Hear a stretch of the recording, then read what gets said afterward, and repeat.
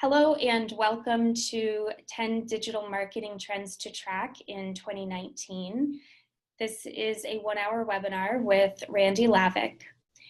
My name is Laura and I'm one of the community managers over at the Coursera community, which is a free resource and a place for you to network and deepen your learning. The URL for the Coursera community is www.coursera.community.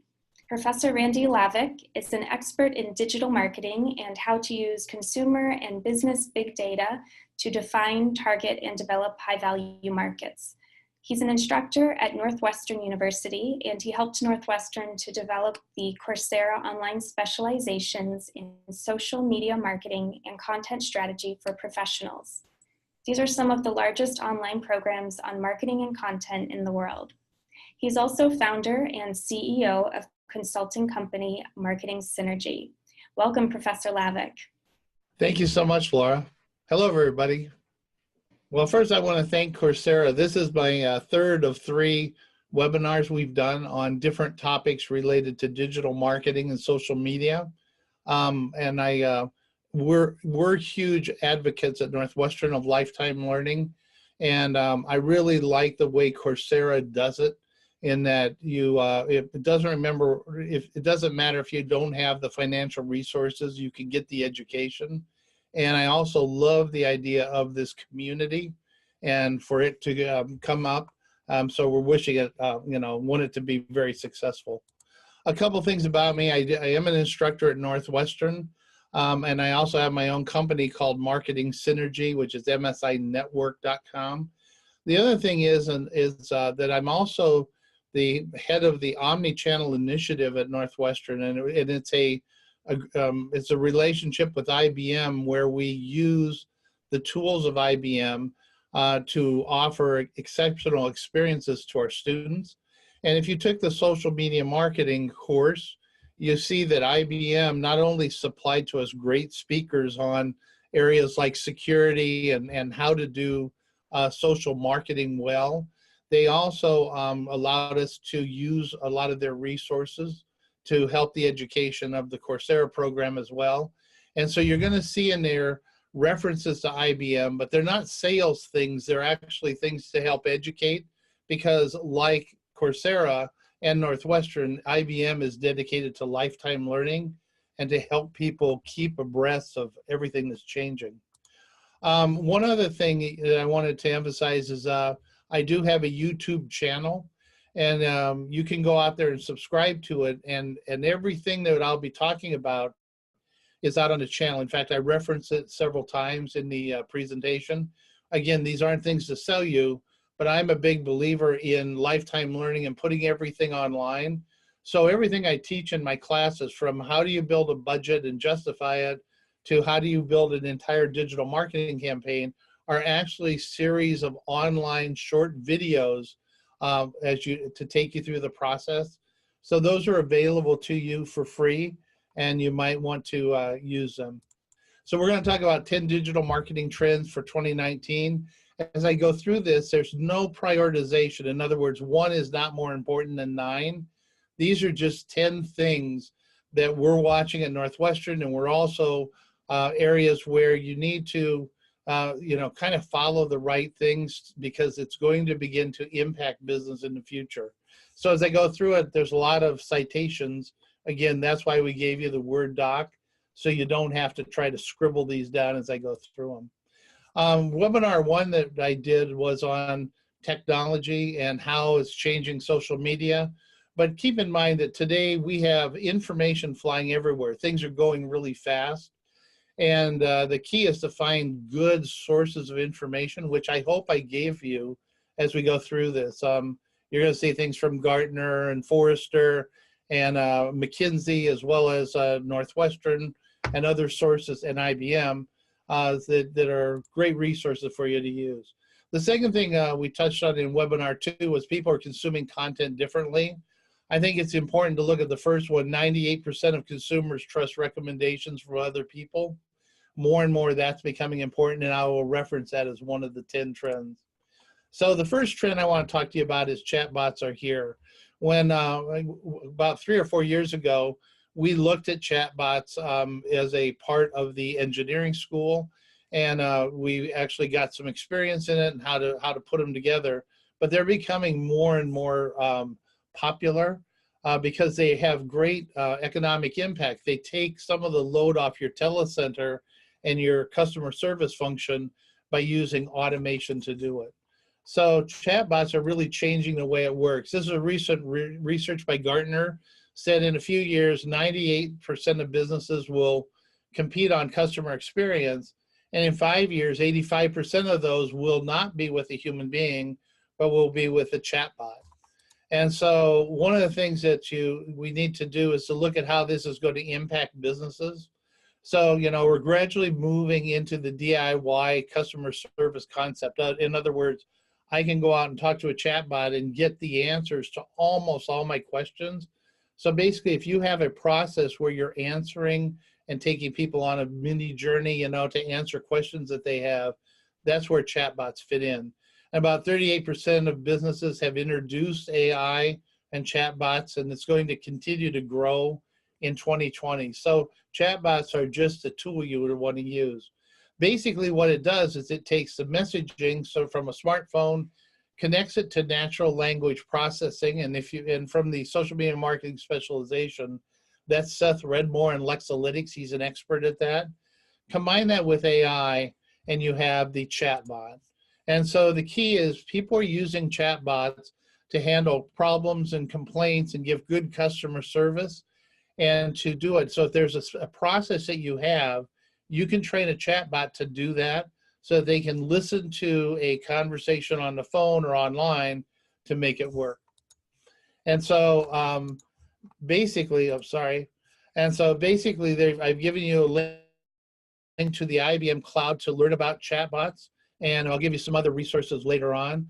But the key is I'd start listening to what's going on in chatbots in your industry to see, how you might be able to use it, because it allows you to be more responsive, be more consistent, and the chatbot, when they get to the point where it isn't something they can deal with, can then hand it off to your call center or your customer service function.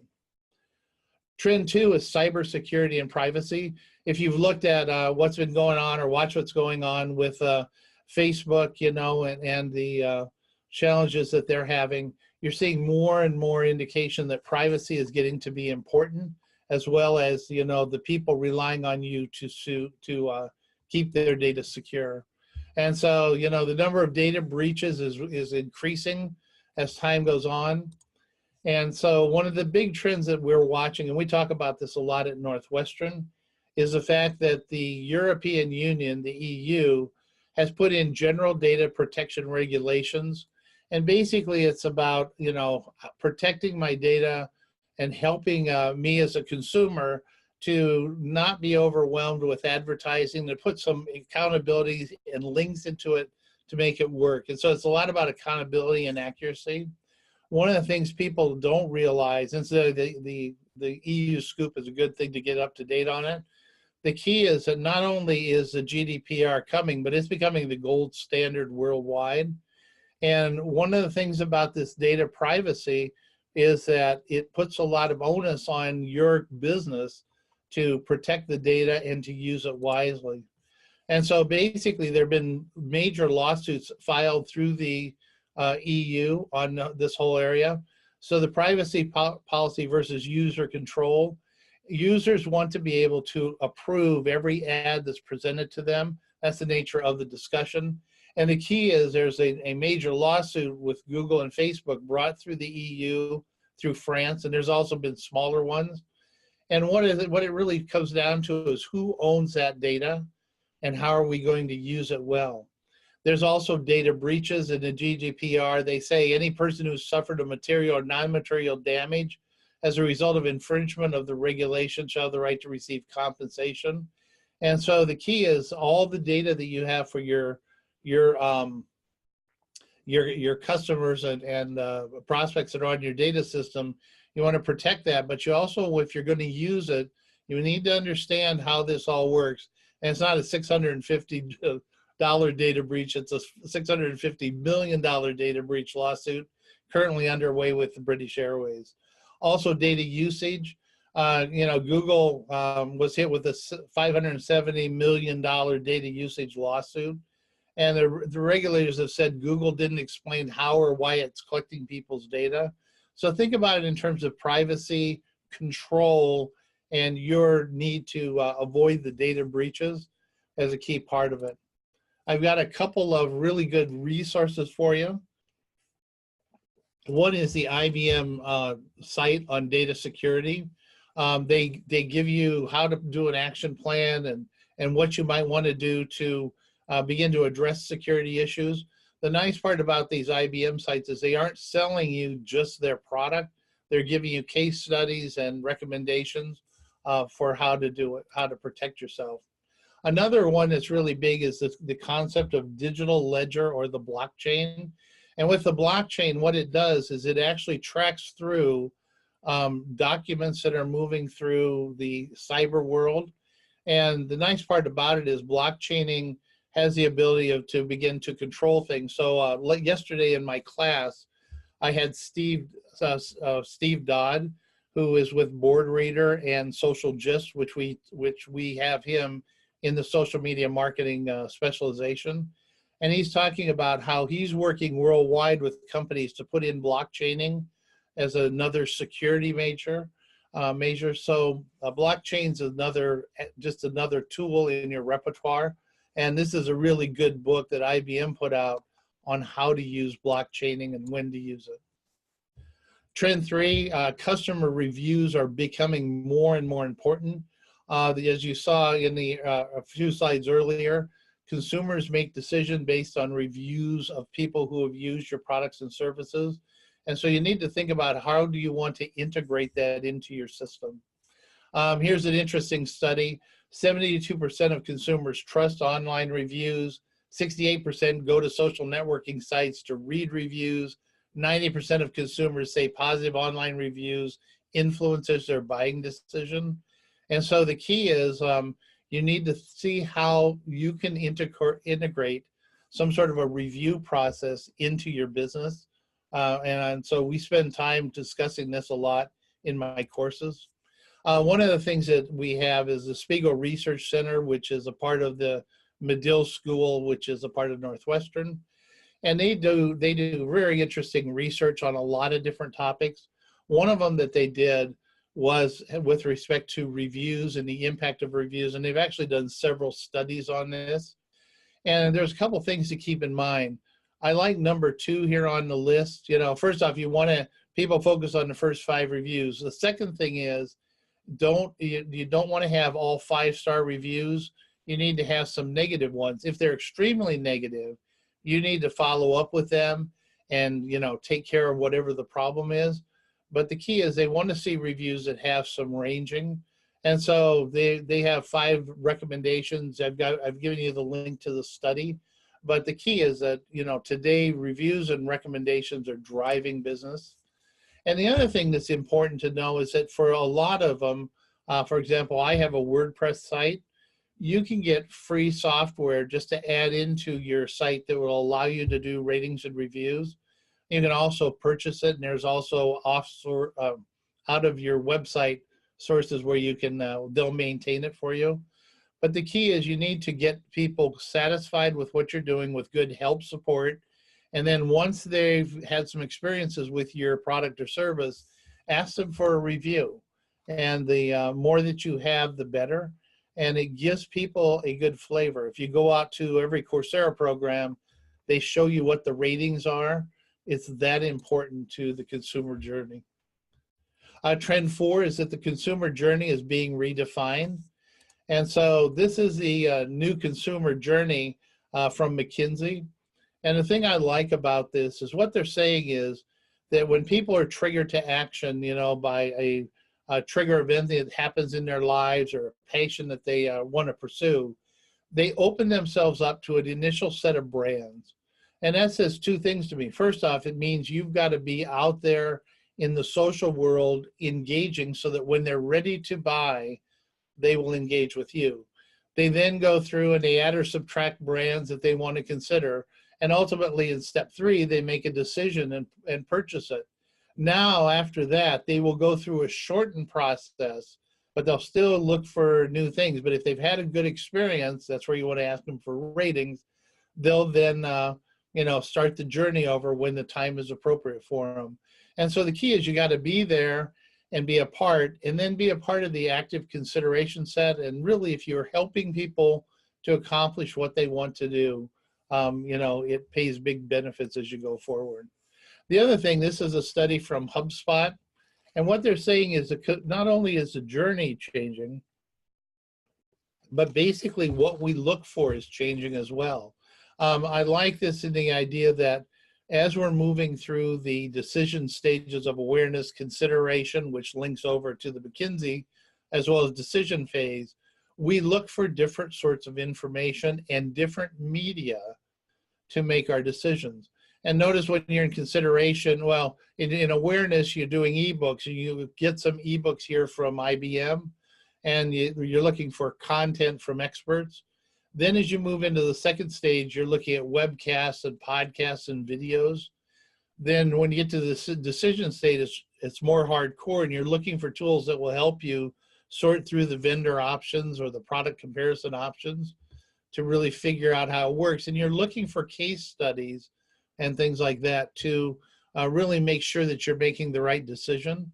So I like this idea of the flow changing and the types of things people are consuming in terms of content changing as they go through the process. And so we're always looking for ways to explain it, and for what media and what sort of things are they looking for at different stages in the purchase process. The key is that we've now moved into a world. When I started in marketing back in 1805, that's a joke, paid and owned media were the only things we had. We either owned the website and the telemarketing center and had collateral materials and things like that, or we would buy it and produce TV ads and TV and magazine advertising. We'd use alliances with companies to offer our products. Now today, earned media is becoming really central. And so that's really the subject of the social media marketing specialization, as well as the sports marketing specialization and the content strategy for professionals. What we're talking about there is how to use this new earned media effectively and mix it in with your other media. So it's something to keep track of. And so this is an example of how things are changing. One of the things we use is the concept of the performance funnel. Basically, you have a target market and a total potential value for that. You then end up with doing a program. This is a yearly program. What you're doing is you're driving people down through a performance funnel. And so when you start thinking about the experience that McKinsey talks about, you'll see that the funnel becomes really key. In this case, we drive everybody using a nurture marketing program, which we teach in the social media marketing specialization. We're driving them to a landing page. Then you have to register, so a number will register. You then make an inquiry, purchasers, and eventually you get down to revenue.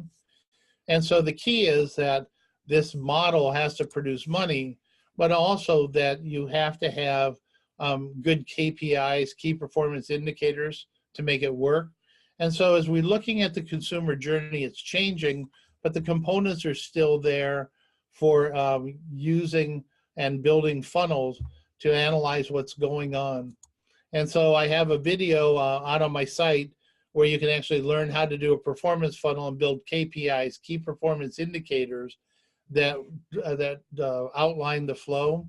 But in the future, because it's changing due to earned media, I'm always looking for more and more information on how companies are using it effectively. And I think it's a trend that's going to be with us. And it's just going to constantly change as new technologies and new things come into play. Number 5 is search is changing. I made a reference in our last webinar to P0, and people immediately sent me questions on what in the world is P0, but that's really based on the changes that are happening. If you think about our click-through strategy and our search strategy, it's all changing. What's happening is we started with organic search, which is I put something into a search engine, it lists hundreds and hundreds of things that are relevant to it, with the most relevant being at the top. That's called organic search. Basically, it came out of your keywords.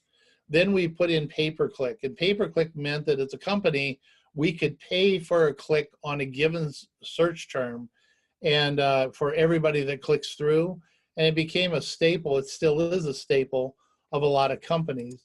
And so if you look at a search, at the very top were the paid results, and it was also traditionally on the right-hand side, although they've changed that.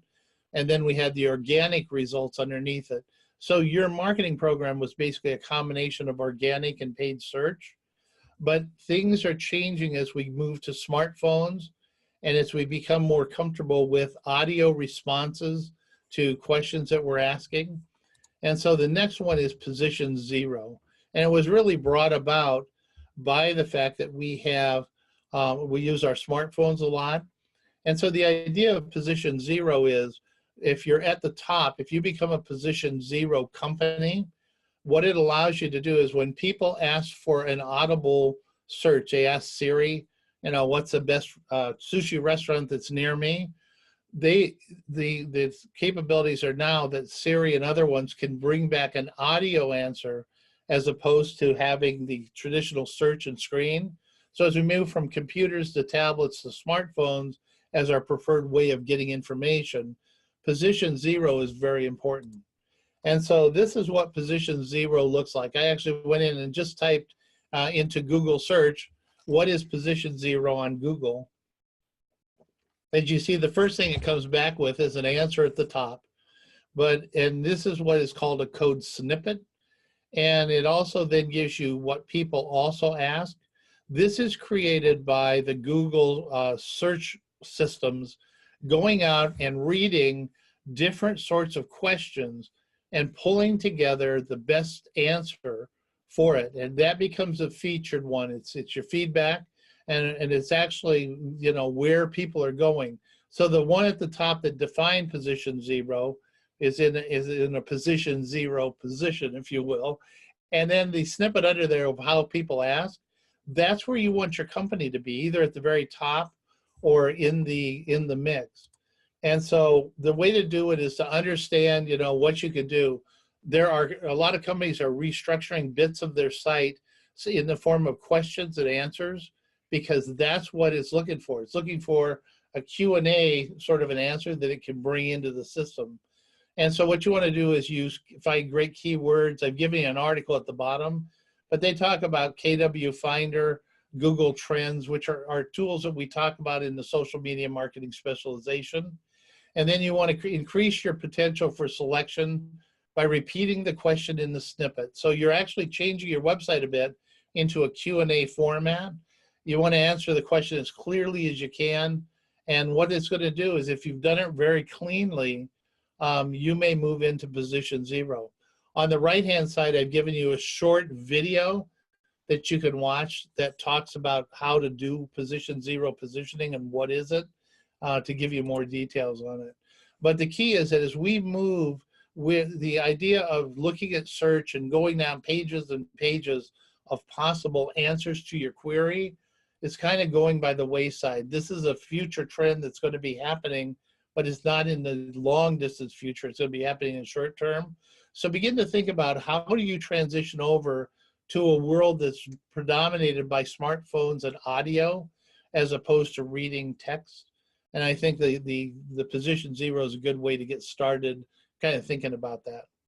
The trend 6 is more and more companies are building different sorts of integrated digital marketing strategies. In other words, they're taking their traditional sales and marketing and digital and putting it together into a integrated, holistic marketing plan each year. One of the key things that they use is a strategy that was developed in 2016 by YouTube and by Google, and it's called Hero, Hub, and Help. And to put it in real simple terms, Hero is 2 to 4 things that you do a year that is really outstanding and awesome to your target market. And the idea is doing events that create buzz. I talked about that in the second webinar. And so I won't go through it in a huge amount of detail, but what you want to do is something that excites your target market. It creates heat in the marketplace, if you will, and gets them going. Hub is something you put out every month, and it's a continuous stream of things around the topics of interest for your target market. And the key is it's a combination of heat, exciting things, as well as light being education. Then at the bottom you have help, which is basically helping the new customer best use your product, and everything from unboxing videos all the way through to tips that they could use, because you want to have them so very, very satisfied with your product and services, and that's when you ask them for a review. And so basically, if you look at it graphically over the course of the year, this way it looks. You've got hero content. You use traditional media and social media to ramp up excitement for when you launch that content. The hub is something that continues to grow your follower base every single month or every single week. And help is just there to support people. And so I also have a video on how to do this.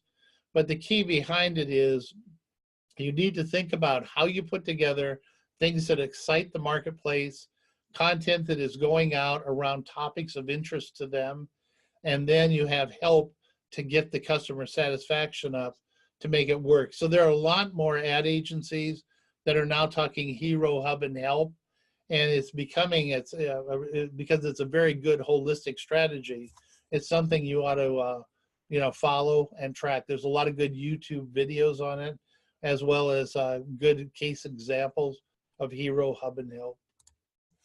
Trend 4 is help is selling without selling. One of the things that is important is that customer service functions and satisfaction is becoming more and more critical to your business success. And so you need to, I'm working with a lot of my clients on, building a good help system to help people to move forward. And so basically what you want to do is you want to help them everything from the unboxing video all the way through. So it's how-to videos. It could be posts on relevant external content that'll help them. It's tips and tricks, it's podcasts to help me install it. And so, the key is if you don't do it, someone else will. And on the right-hand side, there's a link to an unboxing video for the very microphone that I'm using for this webinar. It's a great mic, but the key is, basically because the company didn't help, and other than the help manual that they sent me with the microphone, people went out and did the videos. What you want to think about is putting out video and podcast type audio on how to install your product, how best to do it. You could put out tips and tricks on how to make it happen. And so one of the things you could do is you want to develop this help content every time you upgrade your products or launch a new one. One strategy that works really well is visit the customer service and figure out what the common problems are, then produce an answer video that you can put on your website, because and people can consume it on YouTube and on your website to get the answers to their questions.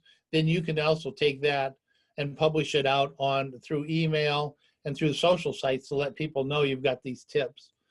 Talk with customers, consider developing tools and apps to help them do it better. And don't forget to use podcasts and audio. If I'm trying to install this particular mic, I'm at my computer, which means I have to crawl down on the floor to plug it in. So it's easier for me to listen to something through my smartphone and go back and forth in the installation process than trying to read a manual. So think about help content as something you can use video and audio for in very short bursts to give people tips, tricks, and answers to the things that they want to know to best use your product, which produces better reviews for you over time. So I spend a lot of time on help content, and I'm also always looking for great ideas in it, because I think people want that kind of customer service that's 24/7 highly responsive, and you can do that with video content as opposed to just relying on people calling in for customer service. Trend 8 is get ready for Gen Z. They're coming, they consume content differently, and it's going to be an opportunity to get to the market, but you may have to do some things differently in the near future to attract Gen Z. This is a great study from McKinsey, and what it basically says is that the Gen Z are into having one-to-one relationships and being live with people, as opposed to as online as the previous groups of millennials were. And they tend to be, you know, a communications holic, if you will. They do use social, but they do it in a little bit different way. And so I'm keeping up with Gen Z is going to be important for our future. This was a study by the college group. And what they did is they looked at how how the Gen Z market consume media, and they tend to do it in a very different way. They use a lot of photographs, a lot of experiential things to share with their friends, but they aren't using it quite as you know, they're not using it as heavily as their as a millennial generation. What they're doing is they use it when they need it, but then when they go out with their friends and things, they'll shut off their phone and not, you know, engage with people. So there's a lot of studies that are out there on the Gen Z market. This is one of them, and I encourage you to keep up with them because they're just doing things a little bit differently. Because when you think about it, Gen Z has never seen a world without the internet and everything connected, where the ones prior to that have. And so to a degree for the millennials, it's kind of an interesting new thing. For, you know, for the Gen Zers, it's always been around, so they don't need to rely on it that much. So it's kind of a different way of going. Number 9 is AI. AI is transforming us in a lot of ways. About 3 years ago at Northwestern, we looked at putting in AI systems, especially for the entrepreneurial teams. We concluded that it wasn't that mature, but as we talked about in the second webinar, things are happening so quickly from the standpoint of technology. They're now very, very useful and very integrated into businesses. Basically, it can be used for analytics, for conversations like chatbots and things like that, real-time personalization. Gartner has done some great studies on it, but the key is there are just lots of ways you can use AI today. And so I've given you a link for a book on data and decision systems, as well as a study by Gartner. But AI is a huge area. This was a study by Gartner as well. And basically, these are the different applications that are using AI technology. So there's the intelligent one, autonomous things, drones and vehicles, augmented analytics, you know, building genetic algorithms based on data to figure out how consumers are behaving, AI-driven development, you know, building models to deliver better service as part of the chatbot world. There's digital twins, which is basically using AI to replicate the real world system to show people. So like my son's working on an engine, he can look at a 3D representation of that engine and it'll show him where he ought to go to fix it. The empowered edge is a part of IoT, but it's basically collecting content and delivering it for the device to work better. Immersive experiences, VR and AR, virtual reality and augmented reality. We also have the blockchain, smart spaces, and then underneath it is privacy and ethics. That's that whole privacy discussion, and quantum computing, which are things that are coming. So basically, there's a lot of things that you can do with AI today, and so it's a big trend for the future. One of the resources I love to use is a free one from IBM called the Institute for Business Value. One of the things that's hard with new technology is finding case studies and examples that are relevant. This is one of my go-to sites. So what it does is you could, for the Institute for Business Value, you can look at technology by industry as a part of it that's all free. The next thing you can do is look at specific things like Internet of Things or quantum computing, things that I just referenced from the Gartner studies. You can also look at it by level of, by what you are, whether you're CMO or CIO, and it changes stuff. The C-suite studies are great. And then you can look at it for a particular region. And so one of the things that's nice about this tool is you can go out and keep up with new technology. This isn't selling you, it's giving you case studies and great examples from around the world for different technologies that are impacting, including AI. They also, IBM has, and there's a number of these courses, Coursera has a number of courses that are designed for blockchain, for AI, and for a lot of other things. And so you can actually use Coursera wisely to keep up with these trends and to get deeper in it if you want to do that. Also, IBM has just published a new ebook on artificial intelligence and cybersecurity. And while they're called for dummies, I think they're actually for really smart business people. It gives you an ability to say, here's what it is, here's how it works, here's how you can apply it. And all of those things are really important for our future. The last trend I have is to think dim and omnichannel. One of the first lectures I do in my course is the movement from DAR to DIM. You know, in the traditional world, we thought of data at rest. We analyzed databases that were fairly static, even though we were updating them every day or something. And we looked at basically static data. Today, the world is data in motion, and you need to think about how to do that. If you look at, if you've gone through the social media marketing specialization, in the second MOOC, we do a whole lot with how do you analyze real-time activities happening in social. And we also do a bit of that in the content strategy for professionals. And the key behind it is that data is moving all the time. We've got to begin to sense when things are happening. If there's a crisis happening, we need to address that in very real time on social. And more, we're looking to how do we integrate all this together. So data in motion and omnichannel are two key trends to keep track of.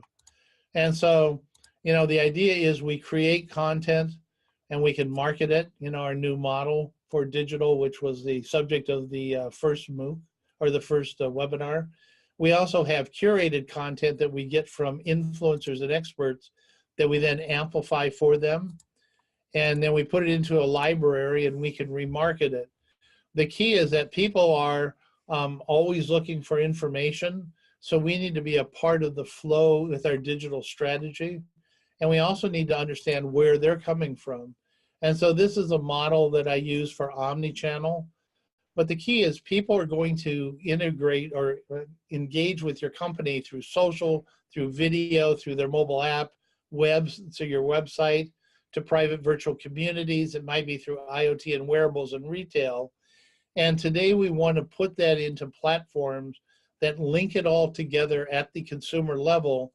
Then we can use AI-driven real-time marketing and analytics to build a better way to do it. And then down at the base, we have our customer and our prospect database combined with the curated content that we've done through the new digital model allows us to engage with people in a one-to-one fashion regardless of how they are coming in. So keeping track of the omni-channel experience and trying to give people a holistic experience across your organization is a key thing to customer satisfaction in the future. And so it's something we spend a lot of time on. So basically those are the 10 trends. There are all a lot of different kinds of trends, but they're things that we're tracking right now at Northwestern and that I am teaching in my classes to keep up in the world of constant change. And so I would like to open it up for any questions that you have and go from there. I'll answer anything that you want.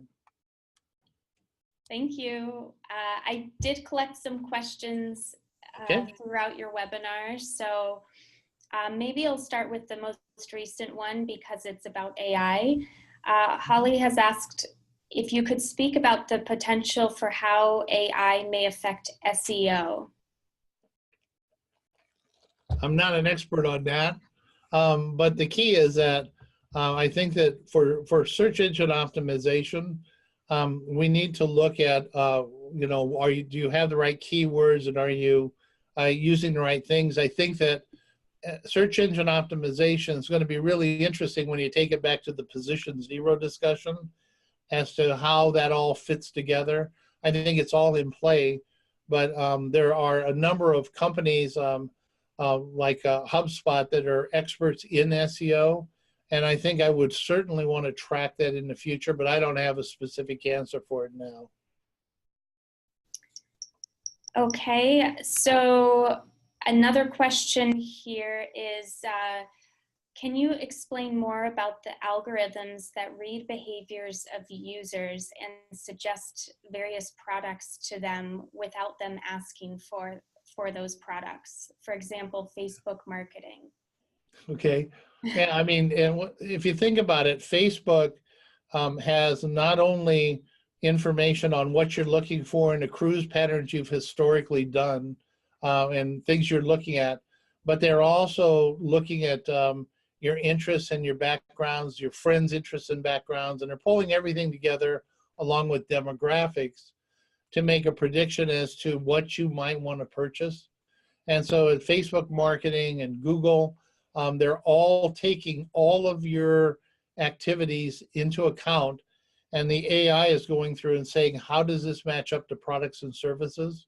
One of the things you might want to check out, there's some really good videos on what's called programmatic marketing.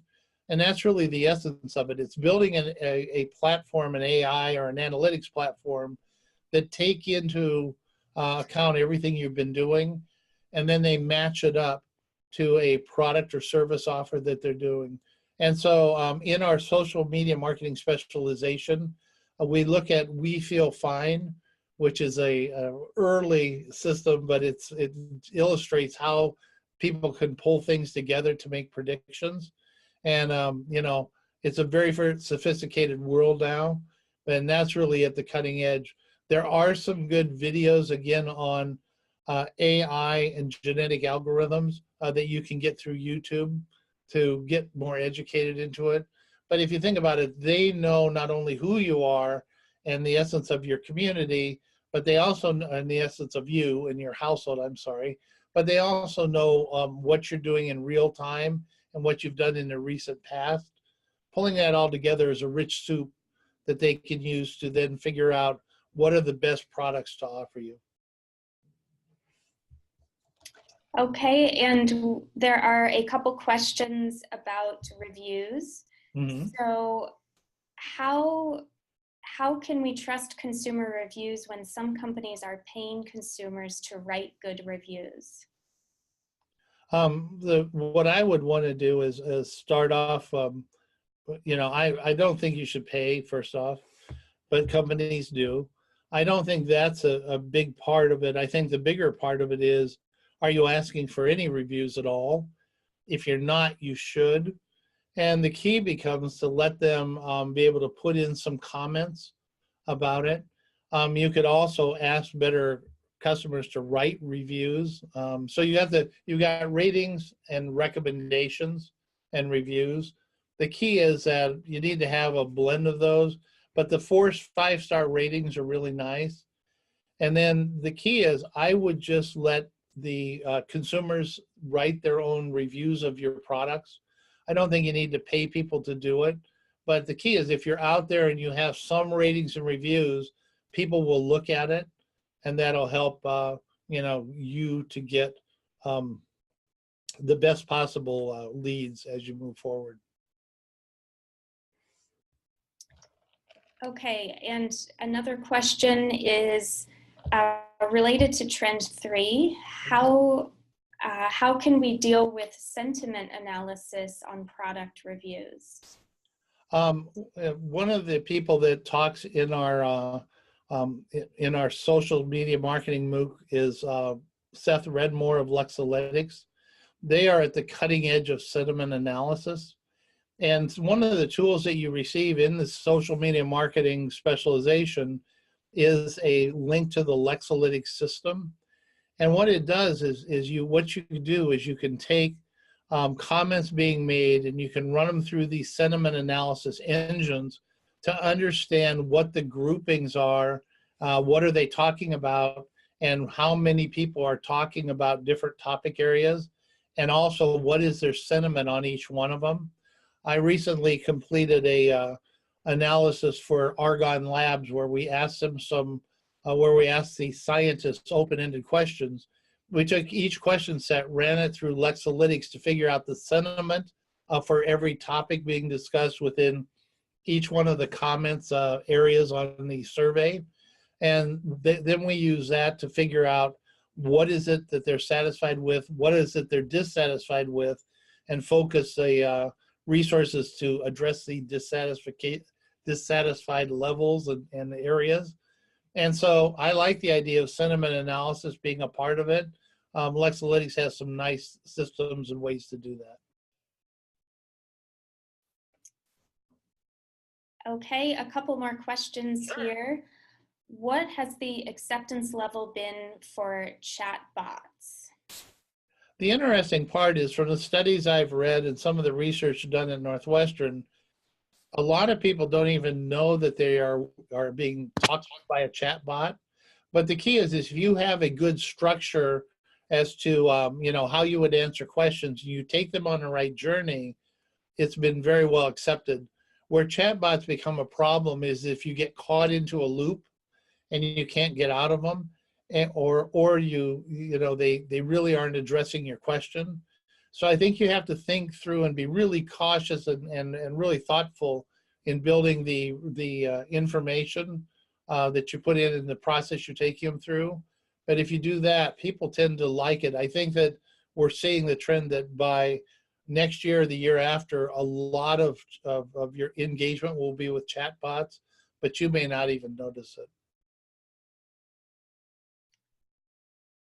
Okay, and what is the likelihood that the US will follow suit of the EU in strengthening consumer privacy laws, even in light of recent events?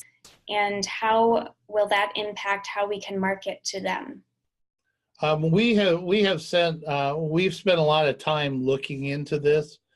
First off, the EU is really giving us the gold standard, and because most companies are international, they use it.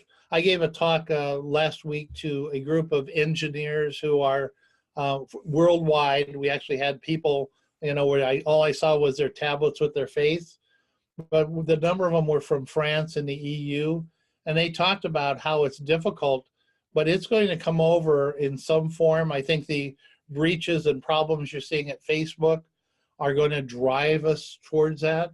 And so the government's getting ready. They're looking at building a privacy policy for the US. It'll go in some of the directions of the EU, but also in other things that make it more unique to the US, but it's coming. So I would get ready for it, and I would look at what they're doing in the EU and some of the lawsuits being filed, particularly in France, as a way to you know, get an understanding as to what's going to happen. But it will happen here. It's just a question of time. So there's another question, or a couple questions that I think are very related to that last one. So I'll just go ahead and read it, and if you have anything to add, go ahead. What are trends in online privacy? Are we heading to a more transparent online identity and people tending to expand their online involvement, or are people going to be limiting their online presence due to increased demand for personal privacy? Okay, tough question, but there's a lot of options on the table. Let's take it through. The trend is that people want online privacy, and they want to understand, you know, when we go through, one of the things we teach is if you get a service or a product for free, like Facebook or Twitter or whatever, you're the product. And so they're going to be using your stuff to you know, send ads to you and to use it for other applications, both internal to the company, or in the case of Facebook, actually selling it, you know, to Cambridge Analytics and other things. It's really a tough thing. I think that in that area, we are going to see a move towards privacy. I think there's a move towards, if you're using my data to give me an ad, why don't you pay me to watch the ad? So there's a monetization piece that's going on. But the interesting part, and it's just started, if you read Wired Magazine back a month, they actually had a thing on new systems that replicate Facebook and Twitter, but they're all encrypted and they're all private. So I think what you're going to see is a trend of people moving to private sites, maybe even paying for it, to get encryption so they can talk to each other and get control of the ads and the things that are given to them. And so that's one thing that's going to happen. I don't think people are going to necessarily stop being online. I think that's too ingrained in our culture. But I think they will begin to look at sites that are private as a better way to do it. And so you even see now Facebook is saying we're going to go private and we're going to build in encryption security into our system. Whether they do that or not, I don't know. But the key is that that's where things are headed. And so people want control over their privacy. Part of the EU's movement is that they're actually saying if you're going to advertise with 100 companies to me, let me choose the ones I want to see. And right now, as one of the ladies from France in my engineering group said, that it's really clunky right now. I think we're headed that direction. We just have to figure out how all the pieces fall together. Okay, and right now there's just one additional question. Okay. Can we use Hero Hub help for any product line? The answer to that is yes, and you can use it anywhere in the world. I believe you're from India, and there are some great, I just put together a course for Northwestern for India, and there are some great Hero Hub and help case studies being done. And so if you go out and you look, there's a ton of case studies for India and everywhere else in the world. Look under Hero Hub Help and search under Hero Hub Help or Hero Hub Hygiene, Hygiene, because that's the way it was originally termed by YouTube and by Google. And so put it together. There are some great subjects, but the idea is if you're going to, for any product line, you're going to want to do a couple things that'll bring new prospects to you so that you can develop them. That's Hero. Hub is giving them information about things that are more topics that are important to the target market. And it's not so much selling your products, but it's bringing your product into the discussion within the mix of things of importance to them. And help is just basically shooting for customer satisfaction and then reviews and ratings. So it works with any product that you want. Well, I want to thank you, Laura, for allowing me to present this. I think there's some interesting trends that are happening. And these are just things that I'm just constantly looking for influencers and talking about because they are things that are going to impact us in the future. So thank you all for attending, and thank you, Professor Lavick, and we look forward to seeing you next time.